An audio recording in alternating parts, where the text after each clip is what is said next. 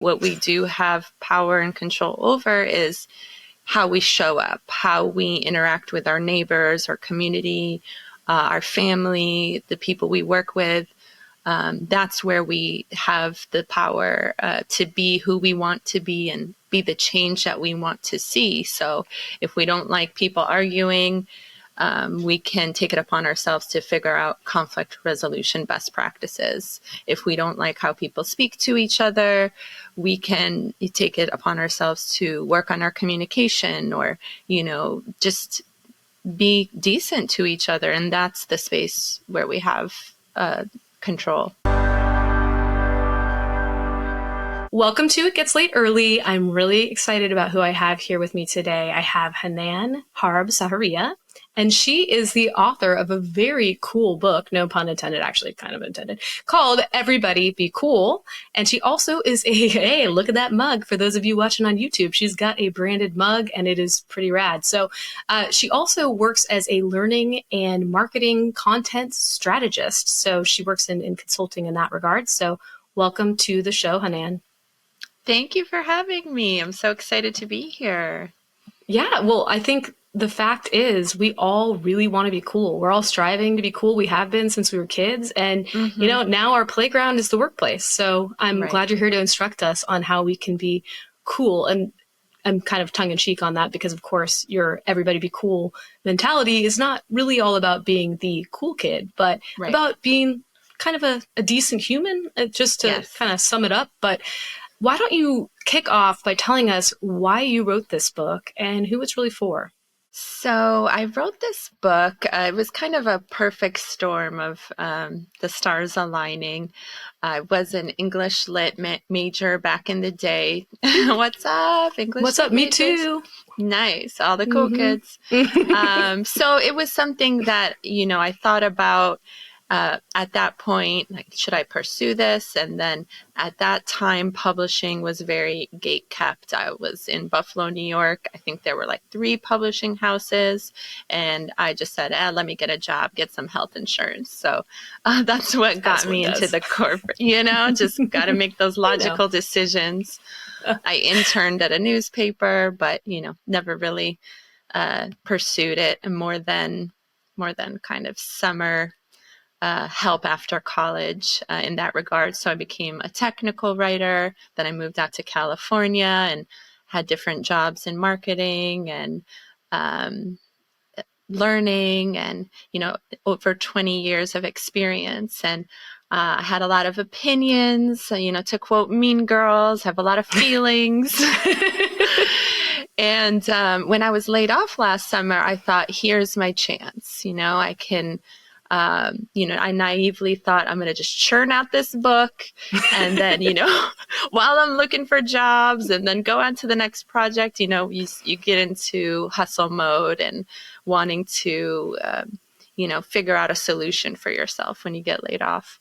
That process wasn't as straightforward as I thought. I said, okay, I could do this in 6 weeks, but 10 months later, we went from A to Z and still respectable time frame. And I wanted to kind of share my perspective professionally, share some things personally, just my point of view without kind of being encumbered by, working somewhere and having to watch what I said. I wanted this to be like my my unfiltered take. So that's what I really wanted. And I was pretty passionate, being in learning and development, about a development strategy or program for, the regular Joe, for somebody who isn't considered what I call a leading leader who leads, just a regular degular employee, which, I was, and there's no shame in that. That's the people who are doing the work and that are putting their heads down and getting stuff done. So I didn't see too much focus on individual contributors or, non-managers, non-leadership, but I wanted to assemble everything that I learned and share that with people to, help them not just survive, but thrive in the workplace. Love that, because as you point out, I mean, there are more of us, as in the individual contributors who are actually doing the things at work, than there are leadership positions, right? So why don't we have a handbook on how to operate in the workplace? Exactly. I think this was needed. It was missing, frankly. Mm-hmm. So I think it's awesome that you decided to focus in on that, because it is the majority. Exactly. And I think anytime that I've seen something that was, company-wide training, I've seen such value in that when everybody is on the same wavelength, rather than just focusing all your efforts, resources, energy on a small group. Yes, it's important to have development resources for leadership, but what about everybody else? Right. And I actually also firmly believe that anyone can be a leader, even in an individual contributor role, and lead by example in terms of how they show up in the workplace and how they treat other people, and their work acumen and their excellence. All of that is so important. And so I love that you're speaking directly to them. And I'd love to hear a little bit more about, the messages that you've received from people who have read this book, the people who are in those positions. Like what's the response been like? Yeah, the response has been great, and it's across the board. There's people who are in leadership positions, and they really responded to more of kind of the spiritual business moments, as I call them, which are applicable to everybody. That. Yeah, you should trademark that. Spiritual business moments. So people kind of connecting with these messages that I feel really strongly about, and a lot of people I think feel strongly about love and connection, and how we are all one, and we're not just these separate entities. We all contribute to a collective consciousness. So that's been really nice to hear, people, wanting more of these messages and really resonating with them. People also talking about, the personal branding chapter, which is the 6th chapter, Be Your Own Workplace BFF. And, a lot of people feel scared to kind of go on LinkedIn and start talking about what they know because of how it may be perceived by their coworkers or employers. But, there's really a lot of power in kind of owning your thought leadership. So, kind of mapping that out in a way that people could just start posting and feel comfortable and not be intimidating, I think has resonated with folks. Like, okay, I'm going to try posting, or I'm going to do a video, or, I'm going to look into sharing my thoughts there. Yeah. Like, you got my heart racing thinking about that. I mean, I have to say, doing this publicly has been one of the most terrifying things I've ever done in my life. Terror. And yeah, you have to just do it anyway. I think it's, you and I have the liberty of doing so without an employer looking over our back for what we're going to say. We do, of course, have the possibility of having future potential employers be like, yeah, nah, I'm out on Hanan and Mo. No thanks on that. But to my point of view on that is ultimately, like, well, it's probably not the right place for me to work. And right. I want someone, if anyone has a problem with these sorts of things that I'm putting out into the world, which I feel like are very empathetic and reasonable, logical, kind, forward thinking, etc., probably not going to be a good fit. And there are companies out there who do jive with everything that both you and I are saying. So I think it's going to be worth it for us to do it. But I understand it's a big leap for people, especially if they have, the threat of an employer who doesn't agree with the message they're putting out there, or maybe they're just not even sure what their message is. And they've been told by a lot of people, you got to have a personal brand, right? So I think it's a little terrifying, but I think ultimately, the message that you're trying to put forward, right, which is like, let's all just be freaking nice humans to one another, is one that I really, especially in an election year, Hanan, like we need to be hearing that, right? This is a tough world, right? So right, absolutely. And I think I talk about that in the book as well. It's like we may not have as much control as we'd like to these larger, kind of global events. But what we do have power and control over is how we show up, how we interact with our neighbors, our community, our family, the people we work with. That's where we have the power to be who we want to be and be the change that we want to see. So if we don't like people arguing, we can take it upon ourselves to figure out conflict resolution best practices. If we don't like how people speak to each other, we can take it upon ourselves to work on our communication, or, just be decent to each other. And that's the space where we have control. I love that message, because there's so much that we can, wring our hands over, but ultimately what we can do is control what we can control. And that includes just like how we are to one another and how we show up and how we treat ourselves as well. So I think that's all really critically important. And, one thing that I'm halfway through your book, maybe a little over halfway, I wanted to be done, but I couldn't quite get there. Chaos, close. Life, so close. But one thing that I really loved about your book was you had a lot of allusions to cultural things that have happened. You had a lot of sort of fun, sort of energized ways in bringing these lessons to light. And you also had an interactive component of the book, which was really sort of meant to serve as a workbook to help people through these things. So I think it'd be great to hear a little bit more about, how you set up the book in this way, how you hope people will respond to the book, and like how they should read it. Yeah. So, I've read so many different business books, for marketing and, professional development. And I had one that just put me to sleep every time I picked it up. It's like a good philosophy and it's amazing. But if I needed to nap, I just picked it up and I was out. And so I wanted to make it a little fun. I'm a silly gal. So I love pop culture. I get really passionate about different shows and movies. And I saw that. I liked it. I was like, Whitney Houston, I love this reference. That's how I experienced the world, through different stories and kind of different obsessions that I have at the time.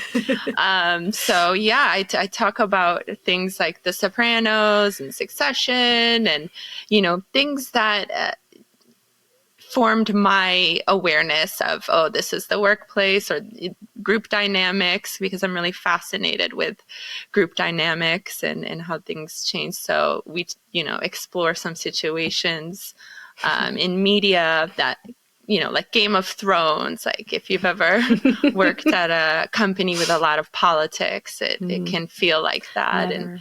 And so, and then with the journaling too, I saw that as something that was a trend with leadership development. And I was, here for it. Like, oh, okay, you guys want to journal about your feelings and be super self-aware. Let's do this. I've been waiting for you guys to ask, like, let's all journal. Yeah, I'm down. We'll get like the pretty notebook and the fun pens. So I didn't want to gatekeep that for people. So I want to show, like, this is what the leaders are doing. Why don't we all do it? Because that's going to affect, if you've ever had a situation that was less than ideal in life, or just dealing with another human, it may be because there's things inside them that they need to get out. So I just want to really encourage everybody, because like life is hard, everybody's had their own lived experience. Everybody's doing the best that they can, I guess. So I guess. God help us. We need tools, right? So I am down for any tool and resource and like way that you can see something or really absorb a learning and make it your own. So I really wanted to infuse the book with ways that people could take, what I'm saying and what the experts are saying and apply it to their life. Fantastic. And I know, like, woven in through that, like becoming more self-aware and becoming a little bit more able to put your thoughts out there and being able to communicate with other people, like that's a very critical component of how to show up at work. And I know throughout the book, you have a lot of these different references to pop culture and these allusions to being, for example, a millennial in the workplace, or being Gen X. And now we have 5 generations in the workplace. So that also opens up a Pandora's box of potential communication issues. So absolutely. How do you see people dealing with the potential pitfalls of having so many distinct types of ways of showing up at work? And what's your advice to people on how to handle that? Because it's a big problem. Absolutely. I think chapter 1, I really go hard on like just unpacking like the last 100 years, basically, the workplace. Crash course. Yeah. Because I think for me, it can be confusing because you're just kind of plopped into a situation. And so you always want to understand what came before me, what is coming. So I think context really helps for everybody to realize that when you look at it and you look at the different decades and generations, there's always this push and pull, right? Between status quo and like people coming in and saying, well, why don't we try it this way? And then other people saying, well, this is the way we've always done it. And so that's just normal. And it's going to, kind of change as each group comes and goes. So understanding that is key. But I think what really is helpful is for everybody to approach this and the different generations with curiosity and respect, and the realization that everybody could learn from everybody. So the more experienced folks can learn from the newer folks. The newer folks can learn from the more experienced folks. But, if we're just going to say, oh, you generation, I don't like the way you do things, we do things differently, then nobody wins, right? Nope. So just wins. having that kind of curiosity and being open, and not just to mentorship type of relationships, but also reverse mentorships, where you're kind of getting energized by new people coming in that haven't been in the workforce, and their newness and their, energy and new ideas could be something that, if you're open to it, could benefit a seasoned professional as well, and just being open to learning all the different ways. I agree. And, my hope is, on its face, I would say the concept of mentorship, it really shouldn't be attached to age. But of course, we all have these stereotypes, right? You learn from the elders who pass down their knowledge. And so I think that's what the genesis of the term reverse mentorship meant. But it's like, ultimately, it should just be about sharing skills, and it shouldn't have anything to do about age. But we're still figuring out how to not be ageist as a society. So of course these terms they arise. But you're absolutely right. I mean, it really comes down to being able to be open-minded, and of course people can do that regardless of age. But it's something that we don't see enough of in the workplace, and I certainly think that extends to leadership. A lot of people who don't walk the talk, if you will, who are like, oh yeah, please come to me with your thoughts and concerns. I'll be here to listen. And then it's like, ooh, if you didn't just yes man it up in that situation, you're suddenly not so hot at this organization. You might not have much of a career left there. So it's a little difficult thing. But that actually sort of slides into something that I know I wanted to talk to you about, because you cover it in your book, and it's certainly like a hot topic out there, if you will, and has been ever since this woman called Brene Brown slid on the scene. So she talks about how vulnerability is a strength in the workplace, and how more leaders, and she does, of course, speak, I think, mostly to leaders, and correct me if I'm wrong, because I actually have not read her book, but she speaks of the power of being vulnerable. And what strikes me about that on its face is that that's not like actually okay for a lot of people to do. Like you are not psychologically safe in the workplace in certain situations to do that. And that seems almost just like a privilege that some people have, and sounds cool. Absolutely. So share your thoughts with me on Brene Brown. Yeah. I have several of her books. I was a big fan. I think I've, turned a corner with Brene as well as some other folks that I have a beef with that I talk about in the book, because it is absolutely, vulnerability is a nice privilege for some. If, they're running the meeting and they want to open up, everybody is going to go with that. But if you're in an individual contributor role, but you're feeling all the terms and you're really going with the, okay, it's a psychologically safe environment. Well, just because somebody says those words does not magically make it so. So true. It's So like true. when you're dealing with humans, there's no safety unless it's like your actual BFF and you guys are chilling and vibing. If we're, at work and there's money attached and status, it's not safe. You could try to make it safer, but it's so situational, and it really depends on everybody's mood that day, your rank in the company, what's going on behind the scenes. Are you related to the CEO? Exactly. Exactly. So many. If you're related to the CEO, go ahead and, just take an hour and open up to everybody on the all hands. But everybody else may not have that same luxury. And I think these are beautiful concepts, but that's also why I wanted to break down the work trends, because I am a literal person and I really got caught up in these different trends that happen. Like, no, we're doing this now. We all agreed we're this. And then everyone's kind of interpretation of that varies wildly from person to person. Yes, so that's why I thought let's break it down and show that trends come and go, things ebb and flow, and people just sometimes want to be on the bandwagon. They don't know what they're talking about.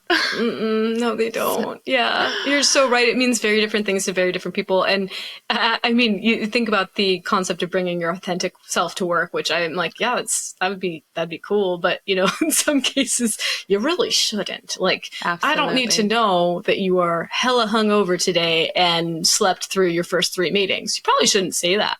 Probably shouldn't say that. This is edit. There's layers, you gotta edit for a reason. Exactly. You gotta edit. But people don't necessarily know, and so I think it's good that you tell them about it in your book. And getting back to the chapter on personal branding, where you talk about being your own BFF, like, talk a little bit more about how people can support themselves in situations in the workplace when it's not necessarily safe to go to someone else to get that support. Yeah, I think, if you're somebody that is more team oriented, and you feel maybe shy about talking about your accomplishments, it doesn't always serve your career the best way. But because ain't that the truth? Right.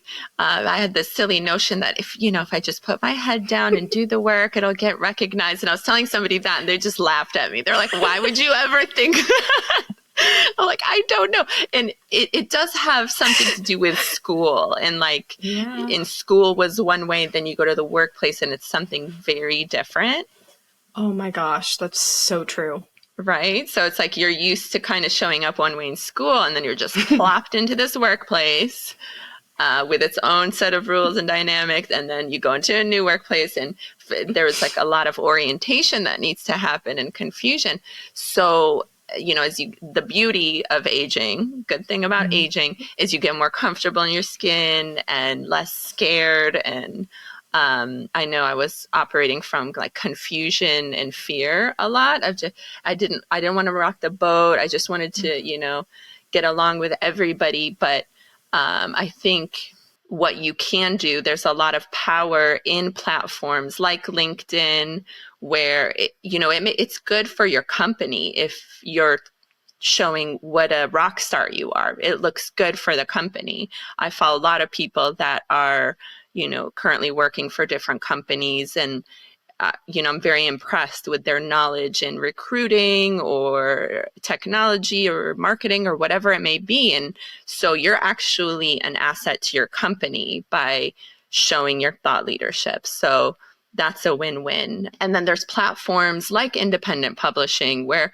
you can absolutely and should, if you have a story and you write it, there's no rules, there's no page limit, there's no word count.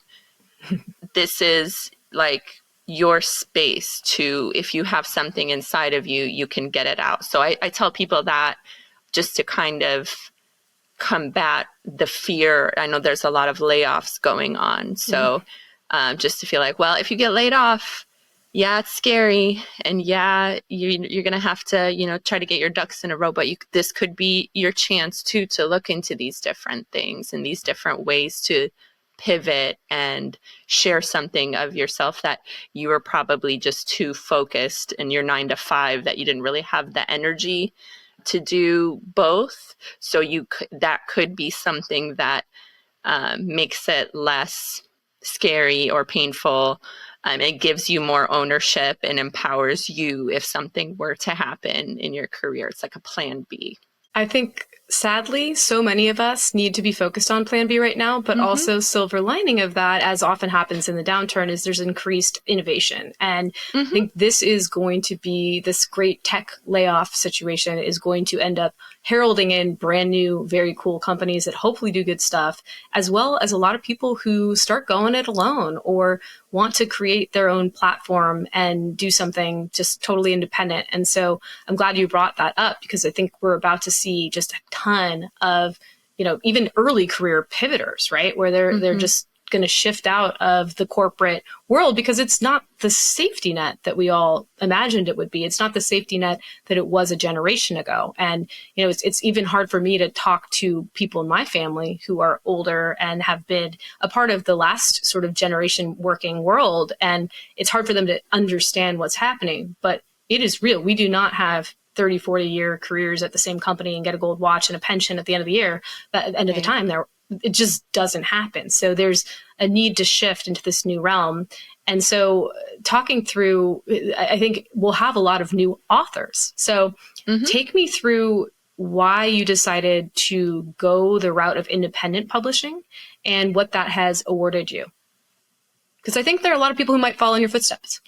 Yeah, and I hope they do.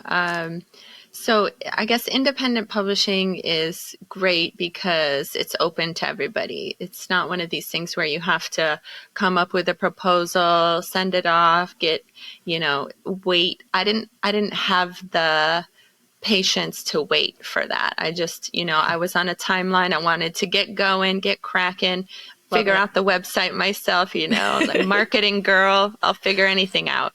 That's awesome. So yeah, it was just direct, which I liked. And so figuring it out as I went, and just having the autonomy to, not have things checked and rechecked and designed by committee of an editor who's going to say, well, you can't say this or you can't say that.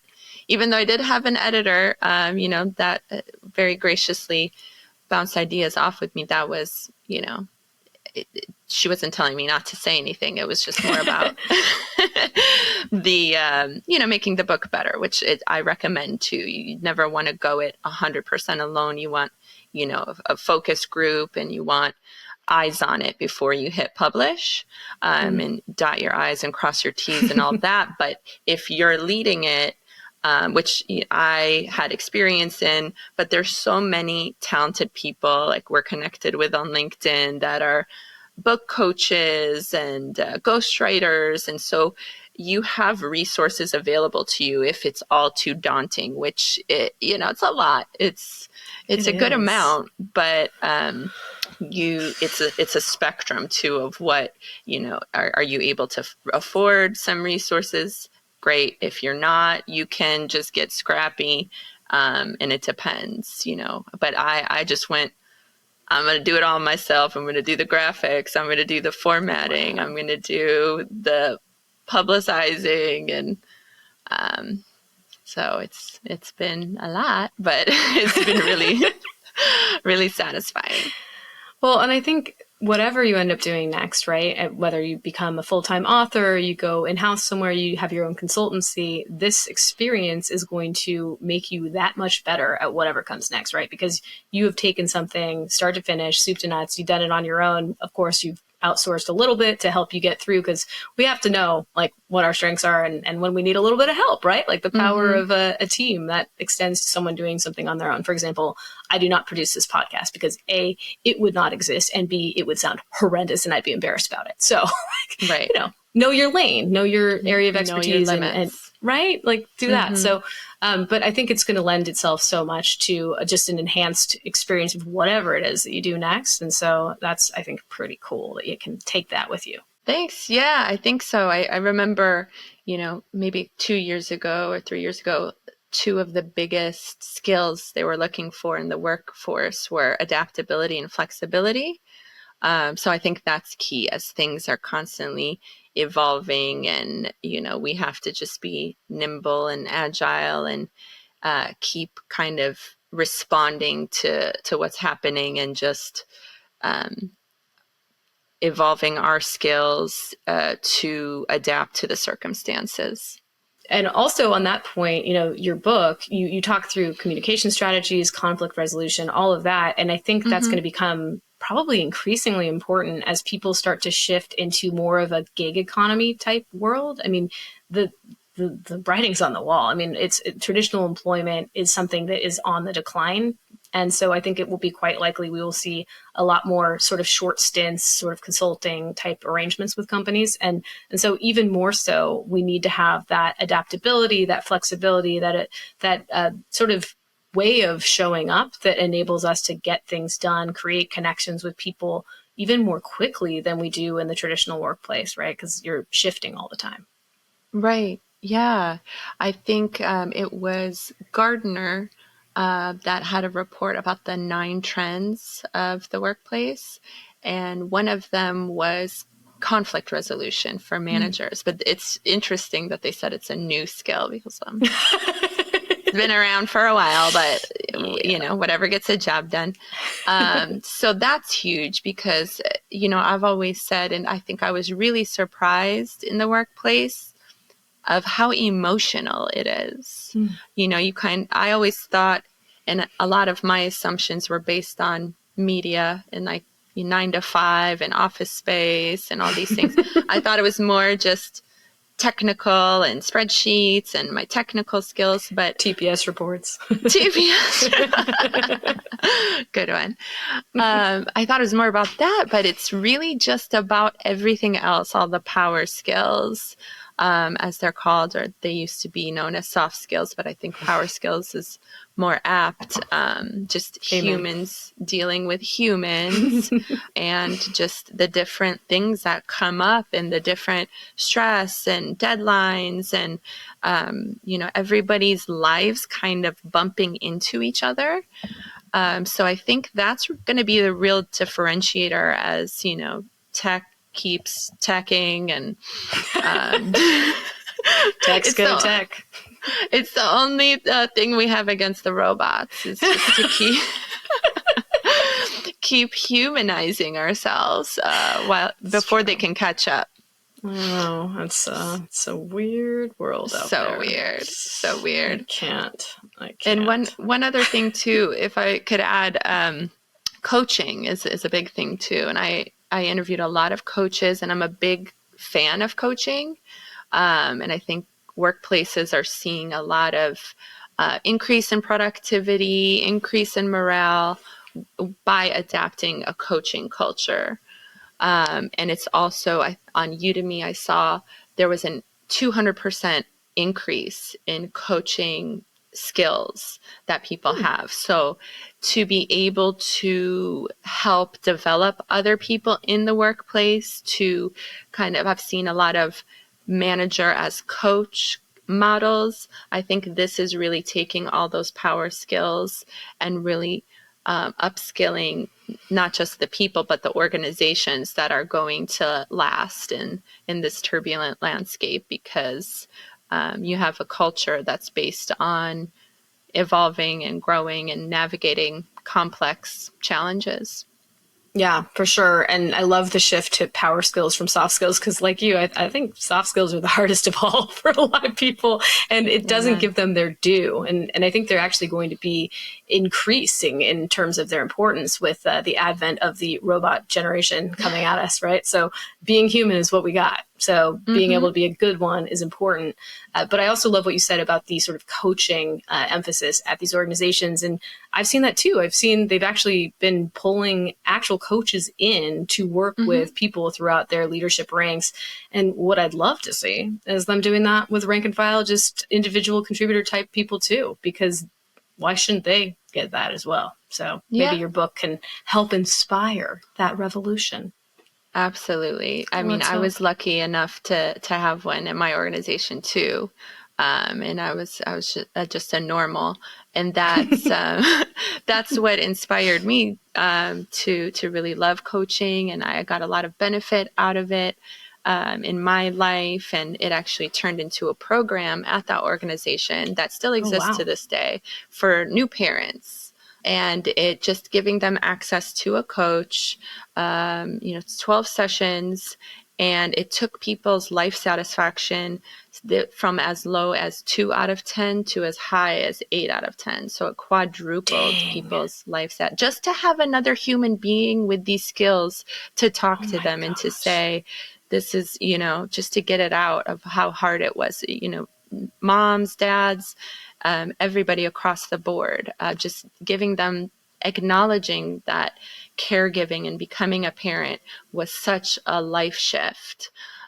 So that's something that I'm super proud of. And I think just, those resources of just knowing that like you're not alone when you struggle. If you're struggling, odds are other people are too, and they could benefit from the same thing that you're getting that's helping you.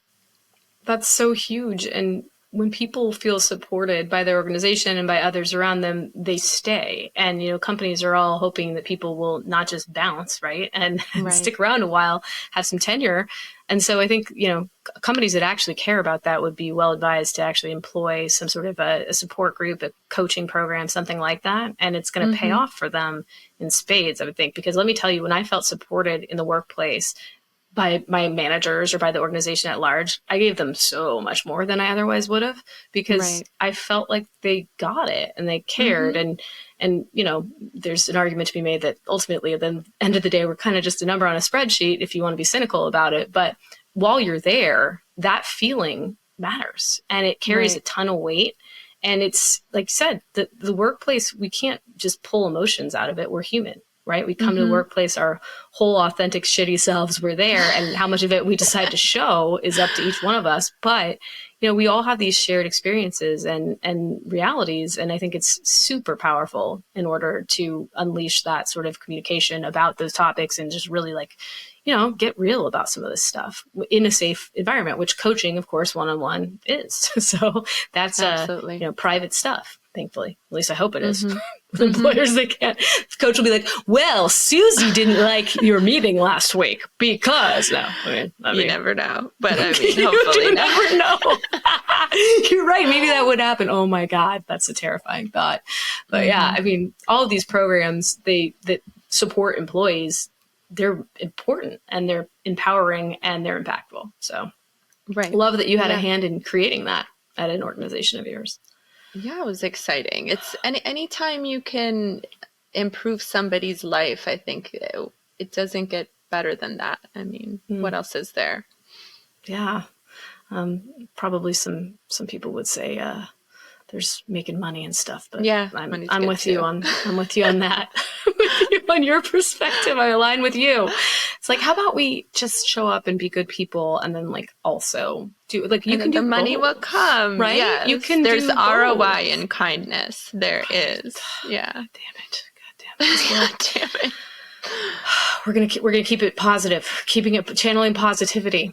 Speaking of positivity, one thing that you mentioned earlier is that as you age, you grow in your confidence and you feel like you can tackle more. And I guess I want to ask you, would you have been able to write this book a couple of decades ago or No. 5 years ago? No.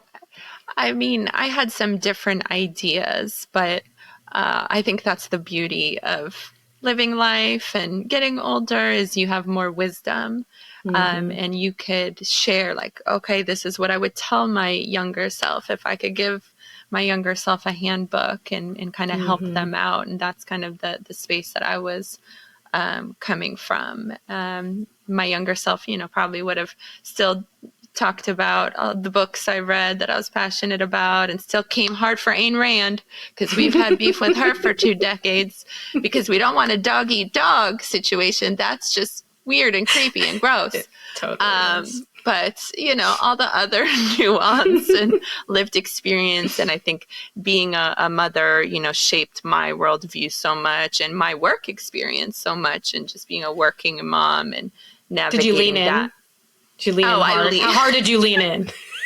All the way? Fall over? Oh, and I read that book too. I read that whole book. There's a picture of me in a park drinking wine and read. I chose to do that with my free time.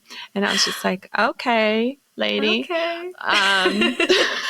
But no, and yes, that was, the early 2000s. And that was one opinion. But yeah, it's, for the rest of us, I think we figured out working motherhood on our own, through trial and error, and just kind of these conversations with our colleagues and friends, and things that people would tell me, things that people would confide in me, that I just, wanted to be more available to people. And just kind of take the lid off these kind of private conversations, or like conversations that people just would have with friends and family. And so that's the beauty of aging, is to have these experiences and to grow and to always be evolving, because if you're learning, you're changing. So yeah, I think every decade, you're going to have a different story. You're going to have a different perspective. You're going to have a different passion. So, yeah, that's where I am at this current moment. This is me now, as Jennifer Lopez would say. Is that one of her songs? I think that was an album, and then the one before was "This Was Me Then." Oh, seriously? That's fantastic. I did not know. I'm not as familiar with her work. Yeah, I'll hop on that. That's amazing. Well, I mean, to your point, like, so much changes over time, and we get so much more confident with every year. I mean, I remember being young in my career and just being like, I don't have the slightest clue what's going on, but I felt unsure of how to convey that in a way that wouldn't make me look like a big dingbat. And it's like, 100%. I don't, it's sad now. I think about how I showed up even in like college classes or early in my career, and how like ashamed I was of being a novice. Shame. And it's like, what the fuck? Of course I didn't know anything. I was new. Right. And now when I don't know something, I'm not afraid to say it. And I recognize it doesn't have any bearing on my value as a human. It doesn't mean I'm stupid. It doesn't mean any of those things. It just means I don't have a lot of experience. And so I wish I'd like embraced that as I was getting into my career, and just had the mentality of, like, hey, if I don't know something, it's not a shameful situation. But I mean, I would like jump through hoops to not admit that I didn't know whatever stupid acronym was being floated about the halls of my tech company. And it's like, why would I know what that meant, out of the gates? And so, isn't that funny? It's like, why did we put that much pressure on ourselves? I remember thinking that, like, you should know. And like every day I felt like a failure for not knowing, but I'm like, I'm not a structural engineer. Like, exactly. I don't know what this means. Exactly. But I felt like I should, for some reason. Why do we do that? I don't know. I feel like it might be a little bit more prevalent in women. High performers, they say. Yeah. I'm like, I would like self-flagellate because I didn't know what like ERP meant. Well, I just joined a company in tech, and like, why would I know what enterprise resource planning was? That's not normal. Like, I know. It's just so many acronyms too. Right? I mean, I can't. They're just a gazillion, and they're more every day. But like, we just operate in this system where we feel shame. So I wish I had something other than the shitty career books that were available to me at the time, which were basically like follow your passion, which made me feel like a big idiot because I'm like, well, I don't have one singular passion. Does that mean I'm deficient or I'm marked for failure? Like I'm not going to make it, And I wish is there a 401k with this passion? Like, is it reasonable? Will they pay me to do it? Because like I got lots of passions that would unfortunately not pay me.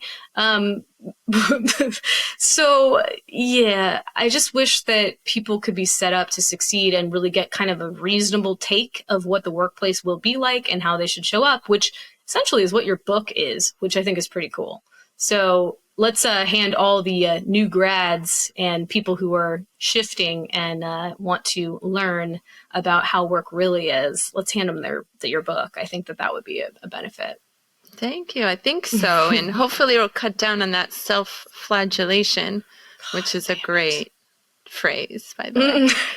But it's true. It's true because there's so much to know, like in life, in the world. It's like the wise person knows that they know nothing. So just kind of being open to that, but curious and always learning, no matter where you are in life, I think is a great mindset to have. But especially if you're, going from college to this unknown world of the workplace, whether it's hybrid, whether it's in person, whether it's totally remote. I think any kind of resource you could give somebody to succeed or kind of set them up or get them thinking about their career path in a way that isn't controlled by circumstances or their employer. If, their organization has a plan set up for them, I think you always want to take that into your own hands as much as you can. Absolutely. And I think it's also really important to recognize that, we don't have all the control. I can tell you, I've seen some people in my life who are exceptionally smart, who are so gifted, who've done incredible things.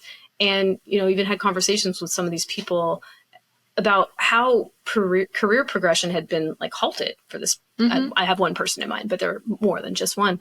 And it's like so much of what happens to us in the world of work is outside of our control. Right. Promotion cycles, budgets, who happens to be your boss. We're all just one management change away from hating our jobs. That's the reality. I love that.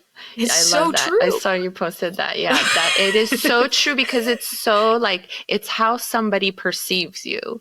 And it's like, and our good friend Isabel Stern I was just deep diving into her cringe letter, which I'm obsessed with. She's got the best newsletter. Obsessed.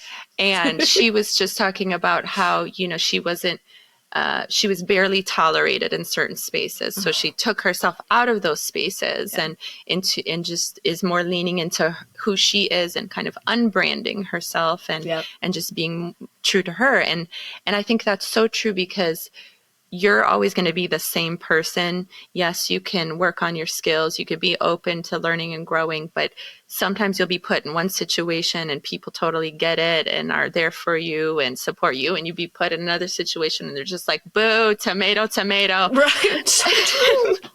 And it's so like, true. If you're feeling that and there's, that's, and it's based on people's perceptions of you and, they're not really getting it, then, sometimes you have to go to a different situation that will celebrate you more for your strengths and for what you bring to the table and for what you could do rather than not really understand or not really value what you can bring. Some organizations are not going to get you. And you got to move on. Some managers are not going to get you, and you're going to have to move on too, right? And these things, they're shifting, they're changing all the time, and those things are out of your control. Private equity comes in and buys up tech companies all the time. New boss, or you're out. Like these things are not in your control, and so I think I've learned not to feel sorry for myself or feel ashamed of myself for not being in certain positions because the fact of the matter is these circumstances all have to come together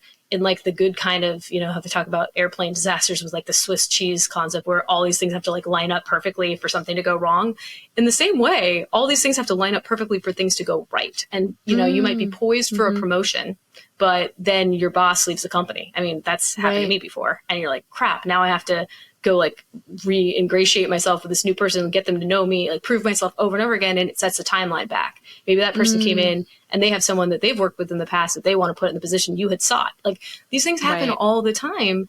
And then on the flip side, you'll see people who don't necessarily, I'm sorry to say, don't necessarily deserve these promotions and aren't necessarily all that great, but they're at the right time, in the right place, and they know the right people. And, just the stars align. So it's, I no longer ascribe much meaning to people's positions in the workplace because I recognize all these things have to be true. And there's a tremendous amount of, yes, hard work, but also luck and circumstance that comes into the mix. And that's just reality. No one told me that as I was starting my career. I had to learn that the hard way.